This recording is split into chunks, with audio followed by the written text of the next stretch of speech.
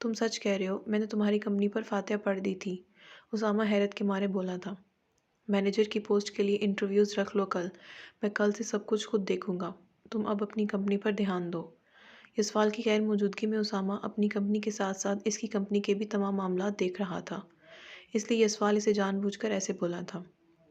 بہت ہی ناشکرے ہو تم، اسامہ نے مصنوعی خفگی کا اظہار کیا تھا۔ وہ ایک دوسرے کے لیے بھائیوں سے کئی زیادہ بڑھ کر تھے، ایک دوسرے کی خاطر جان دینے کو تیار رہتے تھے۔ یسوال کا مینیجر فائقہ کے ساتھ ملا ہوا تھا، اسی نے یسوال کی ساری انفارمیشن فائقہ تک پہنچائی تھی، جس کو یسوال نے نکال دیا تھا۔ اب اسے اس پوسٹ پر بہت ہی محنتی اور ایماندار انسان کی ضرورت تھی، جس کے لیے کل جاتے ساتھ ہی وہ انٹرویو لینے کا ارادہ رکھتا تھا۔ کل اس کے جاتے ہی سب کمپنیز میں پھر سے کھلبلی مچنے والی تھی۔ یسوال خان آفریدی کا واپس لوٹنا عام بات نہیں تھی۔ سب کمپنیز جو اتنے سارے کانٹریکٹ بٹور کر بیٹھی تھیں، یسوال خان آفریدی ان سے سائن کیے گئے کانٹریکٹ چھیننے کی صلاحیت رکھتا تھا۔ اپنی فرینڈ حلیمہ سے رابطہ کرتی الماش ہاسپٹل جانے کے بجائے بلوچ حویلی آ گئی تھی، جہاں اس وقت رونقیں عروج پر تھیں۔ بلوچ حویلی کے سب سے بڑے اور لاڈلے چشم و چراغ کا نکاح تھا۔ سب خواتین فل بلوچی لباس میں تیار جشن منانے میں مصروف تھیں، مگر کہیں کسی کے چہرے پر امان شرازی کی دھمکی کو لے کر خوف بھی موجود تھا۔ عباد اس وقت گھر پر نہیں تھا۔ الماش کو یہ بات حلیمہ سے ہی پتہ چلی تھی۔ باقی سب کی طرح الماش نے بھی موقع کی مناسبت سے ریڈ کلر کا نسبتاً کم کام والا بلوچی ڈریس پہن رکھا تھا۔ بالوں کو ماتھے سے خوبصورت سا ہیئر سٹائل بنا کر اس نے بالوں کو چٹیا میں پھول پروئے اسے کندھے پر ڈال رکھا تھا۔ کانوں میں چھوٹے چھوٹے ٹاپس پہنے وہ اپنی جانب سے آج بہت زیادہ تیار ہوئی تھی۔ اسے چوڑیاں بہت زیادہ پسند تھیں جو اس نے دونوں کلائیوں میں پہنی ہوئی تھیں، اور بلوچی سٹائل میں تھوڑے اور ماتھے پر سیاہ ڈاٹس بنا رکھے تھے۔ سب لوگ ناچ گانے میں مصروف تھے۔ حویلی کی خواتین تو اپنے مخصوص انداز میں ڈانس کر رہی تھیں۔ ایک الماش ہی تھی جو اپنے خون ہوتے دل کے ساتھ ایک کونے میں بیٹھی بھیگی سی مسکراہٹ کے ساتھ ان سب کی دائمی خوشیوں کے لیے دعا گو تھی۔ یہ سب لوگ عباد بلوچ کو عزیز تھے تو بھلا اسے کیسے نہ ہوتے۔ وہ بس یہی دعا کر رہی تھی کہ اگر اس کی شادی بعد بلوچ کی خوشی اور دلی جذبات شامل تھے تو یہ شادی ضرور ہونی چاہیے تھی۔ محبت حاصل نہ کر پانا کتنا تکلیف دہ ہوتا ہے، یہ اس سے بہتر کون جان سکتا تھا۔ وہ نہیں چاہتی تھی کہ ایسی کوئی بھی تکلیف عباد کو ملے۔ الماش وہاں کیوں بیٹھی ہو، آؤ ڈانس کرو۔ عباد کی خالہ زاد جس سے الماش کی تھوڑی بہت دوستی تھی وہ اس کے قریب آئی تھی۔ الماش کو بہت اچھا ڈانس آتا ہے۔ حلیمہ نے الماش کے گھرنے کے باوجود بھی خاموشی اختیار نہیں کی تھی، جو بات سنتے ہی وہاں موجود ساری خواتین الماش کا ڈانس دیکھنے پر بضد ہو چکی تھیں۔ ارے الماش، سب بچیاں خوشی منا رہی ہیں، آپ بھی آ جاؤ، عباد بلوچ کی والدہ نے سب کے ساتھ اصرار کیا تھا، جس کے بعد الماش انکار نہیں کر پائی تھی۔ اس کے لیے اسپیشل بلوچی سانگ لگایا گیا تھا۔ وہ چہرے پر دل فریب سی مسکراہٹ سجائے ڈانس کر رہی تھی۔ اس کے سر سے دوپٹہ کھسک کر نیچے گرا تھا۔ وہاں آس پاس ساری خواتین ہی تھیں، اس لیے دوپٹہ گرنے کا نوٹس نہیں لیا تھا الماش نے۔ وہ اس وقت سرخ لباس میں بہت حسین لگ رہی تھی۔ اس کے آگے کی پھولوں سے گندی بالوں کی چٹیاں اس کے ہلکے ہلکے رقص پر بار بار اس کے گالوں سے ٹچ ہو رہی تھیں۔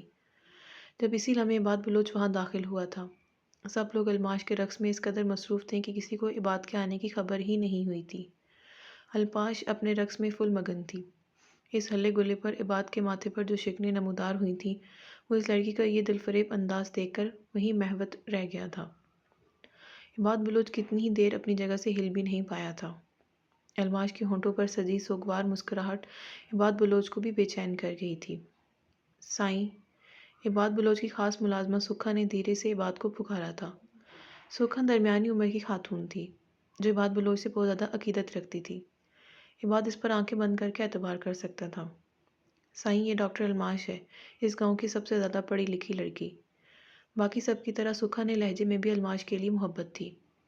وہیں عباد بلوچ کا الماش کو یوں دیکھنا سکھا کو اتنا تو سمجھ گیا تھا کہ عباد اس لڑکی میں دلچسپی لے رہا ہے، اس لڑکی کو میرے کمرے میں بھیجیں۔ عباد ایک آخری نگاہ الماش پر ڈالتا وہاں سے ہٹ گیا تھا، جب اسی لمحے الماش کی نظر بھی وہاں سے مڑتے عباد بلوچ پر پڑ چکی تھی۔ اس سوچ کے ساتھ ہی اس کا اوپر کا سانس اوپر اور نیچے کا نیچے رہ گیا تھا کہ عباد بلوچ اسے اس حلیے میں دیکھ چکا ہے۔ الماش جلدی سے حلیمہ سے اپنا دوپٹہ لیتی دھڑکتے دل کے ساتھ ایک جانب بیٹھ گئی تھی، مگر اب دیر ہو چکی تھی۔ سکھا نے اس کے قریب آتے جو پیغام دیا تھا، اسے الماش کو خوف کے عالم میں اپنی سانسیں رکتی محسوس ہوئی تھیں۔ اس نے کیا غلطی کی تھی کہ اس کی پیشی لگنے والی تھی؟ سائیں نے مجھے کیوں بلایا ہے؟ الماش نے سکھا کے ہاتھ سے چائے کی ٹرے تھامتے ڈرتے ڈرتے پوچھا تھا۔ سائیں کب کیا سوچتے ہیں وہ اس بارے میں کسی کو کچھ نہیں بتاتے۔ سکھا بے لچک انداز میں بولتی یہ ثابت کر گئی تھی کہ وہ عباد بلوچ کی ملازمہ ہے۔ الماش کا چہرہ زرد پڑ چکا تھا، خوف کے مارے اس سے پسینے چھوٹ رہے تھے۔ عباد بلوچ اسے اپنے کمرے میں کیوں بلا رہا تھا؟ الماش کا بی پی بالکل لو ہو گیا تھا۔ دھیرے سے دروازہ دھکیلتی وہ اندر داخل ہوئی تھی، جب سامنے ہی وہ اسے ڈریسنگ ٹیبل کے سامنے کھڑا نظر آیا تھا۔ بلیک کلر کی جینز ٹراؤزر میں ملوث وہ اپنے عام حلیے سے کافی مختلف لگا تھا۔ وہ اس طرح کہاں جا رہا تھا؟ الماش سوچ میں پڑ گئی تھی، جب اسی لمحے اس کی نظر سامنے رکھی گن پر پڑی تھی، جو دیکھتے ہی الماش کو ساری بات سمجھ آ گئی تھی۔ تو اس کا مطلب وہ بھی امان شرازی سے لڑنے کا ارادہ رکھتا تھا۔ الماش کی بے چینی میں اضافہ ہوا تھا۔ اس عباد بلوچ کو روکنا تھا جس کا اس کے پاس ایک ہی طریقہ تھا۔ وہ بھی دروازے میں ہی کھڑی تھی۔ عباد کا کمرہ بہت بڑا تھا، وہ اس سے کافی فاصلے پر کھڑا تھا۔ الماش نے جلدی سے اپنے پرس سے غنودگی کی میڈیسن نکال کر چائے میں مکس کر دی تھی۔ عباد بلوچ کو خطرے کی جانب بڑھنے سے روکنے کا اس سے بہتر کوئی اور طریقہ نہیں تھا، کیونکہ وہ اس کے آگے اتنی حیثیت بالکل بھی نہیں رکھتی تھی کہ وہ اسے روکنے کا کہتی تو وہ رک جاتا۔ سلام سائیں۔ الماش چائے کی ٹرے پر اپنی گرفت مضبوط کرتی اس کی جانب بڑھی تھی۔ عباد جو گن میں بلٹ چیک کر رہا تھا، اس نے پلٹ کر الماش کی جانب دیکھا تھا۔ اس وقت دوپٹے کو اپنے گرد اچھی طرح لپیٹے اپنی وجود کی رعنائیوں کو اس میں چھپائے ہوئی تھی۔ عباد گن ہاتھ میں تھامے اس کی جانب بڑھا تھا، جو ابھی تک ٹرے ہاتھ میں ہی اٹھائے کھڑی تھی۔ ڈاکٹر الماش۔ اس کے نہایت قریب آتے بعد نے اس کا نام پکارا تھا۔ الماش کا دل خوف کے عالم میں کانپ رہا تھا۔ جی۔ الماش کا سر اس دن کی طرح جھکا ہوا تھا جیسے اس دن میری مدد کی تھی۔ کیا سب مردوں کی ویسے ہی کرتی ہو؟ عباد کی بات پر الماش نے جھٹکے سے سر اٹھا کر شاکی نگاہوں سے اسے دیکھا تھا۔ وہ اسے کیسی لڑکی سمجھ رہا تھا؟ الماش کا دل دکھا تھا۔ عباد جو پہلے ہی اس کی جانب دیکھ رہا تھا، اس کے یوں نگاہیں اٹھانے پر وہ اس کی حیرت سے کھلی دل نشین آنکھوں کو دیکھ محوت ہوا تھا۔ جھیل سی گہری آنکھیں بہت خوبصورت تھیں، مگر اگلے ہی لمحے الماش اپنی نگاہوں کو جھکا گئی تھی۔ آنسو پینے کی کوشش کرتی وہ اپنے ہونٹ کاٹنے لگی تھی۔ نہیں سائیں۔ الماش کو اپنی آواز بہت دور سے آتی محسوس ہوئی تھی۔ تو پھر میرے لیے وہ خاص انداز کیوں؟ اس کے ہاتھ سے چائے کا مگ تھامتے عباد نے ہونٹوں سے لگایا تھا۔ عباد کی اس بات کا الماش کوئی جواب نہیں دے پائی تھی، اور نہ ہی شاید کبھی دے سکتی تھی۔ اس کا سر مزید جھک گیا تھا۔ میں نے کچھ پوچھا ہے تم سے؟ اس کے ہاتھ سے ٹرے کھینچ کر ٹیبل پر اچھالتے عباد اس کی ٹھوڑی اپنی گرفت میں لے گیا تھا۔ اس جارحانہ کارروائی پر الماش گھبرا گئی تھی۔ الماش اس کی سخت گرفت پر تکلیف برداشت کرنے کے باوجود خاموش رہی تھی۔ وہ مر جاتی مگر اپنے ہونٹوں سے اس بات کا اقرار کرنے کا ارادہ نہیں رکھتی تھی۔ تم پاگل ہو کیا؟ عباد اس کی ٹھوڑی آزاد کرتا، اسے بازو سے تھام کر دیوار کی جانب دھکیلتا اس پر حاوی ہوا تھا۔ اس کے سوال کے جواب میں الماش نے نفی میں سر ہلایا تھا۔ مجھ سے محبت کرتی ہو؟ عباد کے اگلے سوال پر الماش کا چہرہ خطرناک حد تک لال ہوا تھا۔ اس نے فوراً سے پہلے نفی میں سر ہلایا تھا۔ تم جیسی بے وقوف لڑکی میں نے کبھی نہیں دیکھی۔ عباد کو اب اس بات پر غصہ آ رہا تھا، جو اسے دل لگا کر اپنی زندگی برباد کرنے کی کوشش کر رہی تھی۔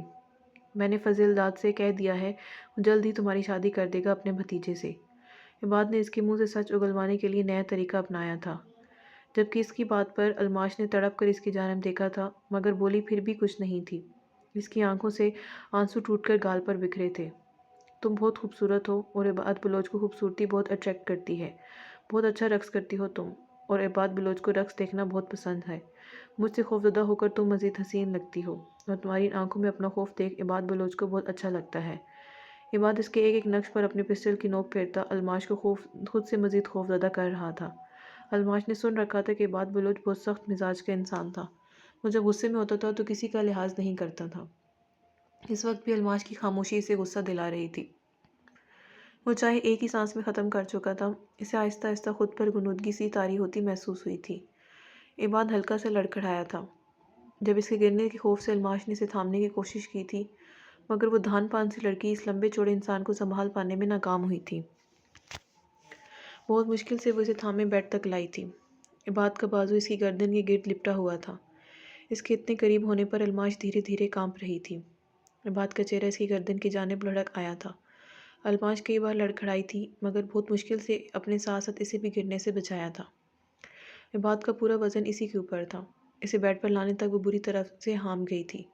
وہ گہرے گہرے سانس لیتی خود کو نارمل کرنے کی کوشش کرنے لگی تھی۔ اس نے نگاہیں جھکا کر اس لمبے چوڑے انسان کو دیکھا تھا، جو اس وقت بالکل بے سدھ پڑا تھا۔ وہ یہ بھی جانتی تھی کہ ہوش میں آنے کے بعد یہ شخص اسے قتل کرنے سے بھی دریغ نہیں کرنے والا تھا۔ اس نے بات کو یہ دوا دے کر بہت بری گستاخی کی تھی، جس کی سزا تو اسے ملنی ہی تھی، مگر اس سزا سے پہلے ہی وہ یہاں سے بھاگنے کا ارادہ رکھتی تھی۔ چند لمحے عقیدت بھرے انداز میں اپنے محبوب انسان کو دیکھنے کے بعد وہ جھک کر اس کے پیروں سے شوز اتارنے لگی تھی۔ اس کا سر تکیے پر سیدھا کرتے میرال نے اس کے اوپر اچھی طرح کمبل اڑھاتے پلٹ کر اسے دیکھا تھا۔ وہ آج ایک بہت بڑے خطرے سے اسے بچانے میں کامیاب ہو چکی تھی۔ الماش نے وہاں گری اس کی گن کو دراز میں رکھا تھا اور پھر اسی خاموشی کے ساتھ وہاں سے نکل گئی تھی۔ صبح تک وہ جتنی ڈری ہوئی تھی، اب وہ سارا خوف ختم ہو چکا تھا۔ اس کی آسودگی کے لیے کافی تھا کہ بات بلوچ محفوظ ہے۔ اب اس حرکت کے بعد وہ اسے نہیں چھوڑنے والا تھا۔ الماش یہ بات بھی جانتی تھی، مگر وہ اس بات کی زیادہ فکر نہیں لے رہی تھی اس وقت، کیونکہ وہ اپنا بندوبست کر چکی تھی۔ اسے ایک بڑے میڈیکل کیمپ کے لیے دوسرے گاؤں جانا تھا، جس کے بارے میں وہ کسی کو بھی نہیں بتانے والی تھی، اور نہ ہی عباد بلوچ اس کے پیچھے وہاں تک آنے والا تھا۔ اس لیے وہ اپنے اس فیصلے سے اب مطمئن ہو چکی تھی۔ سومل کو شدید بخار تھا۔ اس کی طبیعت کو مد نظر رکھے نکاح شام کے وقت کا رکھا گیا تھا۔ حویلی کے پہرے سخت کر دیے گئے تھے۔ ہر جگہ پر گارڈز موجود تھے۔ زنان خانے کے باہر کوئی ایسی جگہ نہیں تھی جہاں گارڈز موجود نہ ہوں۔ اندر بھی ہر جگہ ملازمین کو کھڑا کیا گیا تھا۔ امان شیرازی کے آنے کے لیے ہر راستہ بند کر دیا گیا تھا۔ سب مرد حضرات بھی گھر پر ہی تھے۔ آج وہ اپنے دشمن کو کسی قسم کا بھی موقع دینے کا ارادہ نہیں رکھتے تھے۔ حویلی میں مہمانوں کو بھی پراپر چیکنگ کے بعد اندر آنے دیا جا رہا تھا۔ ہر طرف رونق میلے کی فضا تھی حویلی میں۔ سب لوگوں کے چہرے خوشی سے جگمگا رہے تھے، مگر حویلی والوں کے چہرے پر خوشی کے ساتھ ساتھ خوف بھی تھا۔ سب سے بڑی بات جو ان سب کے لیے پریشانی کی بات تھی کہ ان میں سے سومل کے سوا کسی نے بھی امان شیرازی کو نہیں دیکھا تھا۔ اس شخص کی ان کے پاس کوئی شناخت نہیں تھی۔ یہی وجہ تھی کہ وہ لوگ زیادہ پریشان اور تشویش کا شکار تھے۔ سومل کو تیار کرنے کے لیے شہر سے بیوٹیشین کو بلوایا گیا تھا، مگر روم میں اب بھی ملازمین کو کھڑا کیا گیا تھا، اور ساتھ ہی سومل کی بھابیاں بھی وہیں اس کے آس پاس ہی تھیں۔ اس کی 2 بھابیوں کو یہ ڈیوٹی لگائی گئی تھی کہ انہوں نے فل ٹائم سومل کے ساتھ ہی رہنا ہے، اور وہ سب لوگ بھی وہیں تیار ہوئی تھیں۔ سومل کے روم میں بالکل رش لگا ہوا تھا، جس کی وجہ سے سومل کو بھی کافی حوصلہ تھا۔ جب کچھ دیر بعد ملازمہ ہاتھ میں چائے کی ٹرے سجائے اندر داخل ہوئی تھی۔ بڑی بیگم صاحبہ نے بھجوائی ہے آپ سب کے لیے۔ اس ملازمہ نے وہاں موجود بیوٹیشین اور باقی ملازمین سمیت سب کو ہی چائے پیش کی تھی۔ صبح سے کاموں میں جتا ہونے کی وجہ سے سبھی بہت زیادہ تھک چکی تھی۔ سب کو ہی چائے کی اس وقت اشد ضرورت تھی، اس لیے سومل کے سوائے سب نے چائے پی تھی۔ سومل کو چائے پسند نہیں تھی۔ ملازمہ نے اس کے لیے ہلدی والا دودھ لایا تھا، جسے نہ چاہتے ہوئے بھی بھابھی کے اصرار پر سومل کو جو گھونٹ گھونٹ پینا پڑا تھا، مگر اس نے آدھے سے کم دودھ بچا دیا تھا۔ سب کو چائے ختم کرتا دیکھ ملازم خاموشی سے وہاں کھڑی رہی تھی۔ کچھ ہی دیر بعد وہ سب ایک ایک کرتی اپنے حواس کھوتی جہاں بیٹھی تھی وہیں پیچھے گر چکی تھیں۔ ان سب کی چائے میں بے ہوشی کی گولیاں ملائی گئی تھیں۔ اپنا مشن کامیاب ہوتا دیکھ وہ ملازمہ اپنا موبائل نکالتی وہ خاموشی سے دروازہ اندر سے لاک کرتی واش روم کی جانب بڑھ گئی تھی۔ سومل کا سر بھی بری طرح سے چکرا رہا تھا۔ اس نے جیسے ہی پلٹ کر اپنے ارد گرد موجود خواتین کو دیکھا، سومل کا چہرہ خوف کے مارے سفید پڑا تھا۔ وہ اس وقت سرخ رنگ کے عروسی جوڑے میں میک اپ کیے ہوئے تھی۔ ابھی اس کی جیولری اور ہیئر سٹائل رہتا تھا۔ اس کا بھاری دوپٹہ ایک جانب ہینگ کیا گیا تھا۔ سومل کو اپنے ارد گرد خطرے کی بو محسوس ہوئی تھی۔ اس نے چکراتے سر کے باوجود اپنا بھاری لہنگا سنبھالتے وہاں سے اٹھنا چاہا تھا، جب اسی لمحے اس کھڑکی کے پردے ہلتے ہوئے محسوس ہوئے تھے اور ایک سایہ سا دکھائی دیا تھا۔ سومل کا اوپر کا سانس اوپر اور نیچے کا نیچے رہ گیا تھا، کیونکہ وہ سایہ اب اس کے سامنے آن کھڑا ہوا تھا۔ ناول جاری ہے۔